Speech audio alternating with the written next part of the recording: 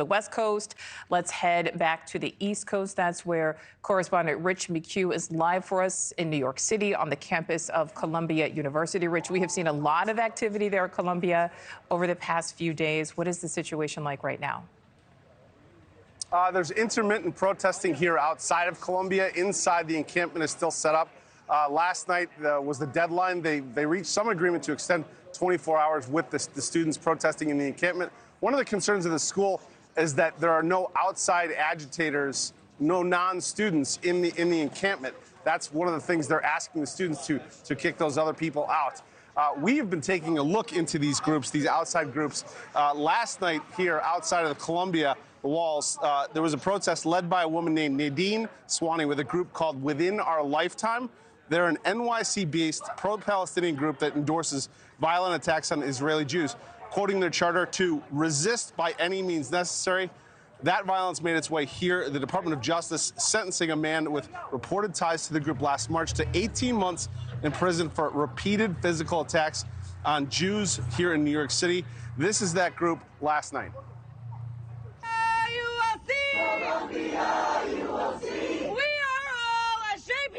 We are all SJP. Columbia, you will learn. Columbia, you will learn. Refugees will return. Refugees will return. They claim to care about the Jewish students on their campuses, yet they are the ones who are unleashing the violent NYPD on their own students who have been known to brutalize, to attack, to unleash their batons on protesters for Gaza over the last several months. Now, the concern from Columbia administrators and officials is that those groups are infiltrating or advising the students protesting inside, Nicole. All right, so Rich, there's so many questions here. Do we know anything about who is backing the groups? We're learning a little bit more. I spoke with Jonathan Schanzer. He's a former Treasury Department official who focused on funding of terror groups and groups like this. He says they are this group, Within Our Lifetime, is an offshoot group of Students for Justice in Palestine. They are kind of like the umbrella group that oversees everything. Take a look. We actually see a lot of the names of the organizations appear on the flyers calling for these protests. They are extremely organized.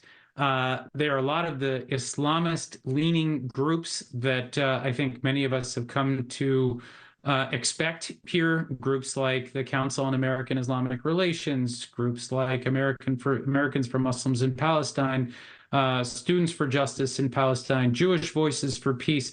The list goes on.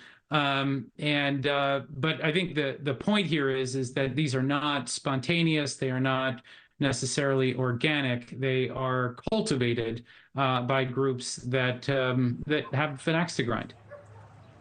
Now, you see the vitriol in videos on social media of the crowds, protesters that have gathered in recent days taunting Jewish students to, quote, go back to Poland, and chants of October 7th will happen not one more time, not 5 more times, but 10,000 more times, Nicole. All right, so Rich, we just heard from Jonathan there. He says that this is not spontaneous, that they are cultivated. So do we know more about how they are organizing? Well, yeah, they organize traditional way through flyers, but now they're also doing it on social media and encrypted apps like Telegram. I actually signed up for these about a week ago, and I get repeated alerts. There's a protest at Columbia at 6:30. There's a protest at 9:30. Come show your support. So it's all very organized. I asked Jonathan about this, and he says it all stems from SJP. Take a look. Students for Justice in Palestine is by far the most ubiquitous group out there in terms of campus activity. They are actually an unregistered organization. They are not a 501c3. They don't have any official structure. They were created by American Muslims for Palestine, AMP, which is based in Virginia. And they appear to be receiving funds from AMP itself, but also from a foundation.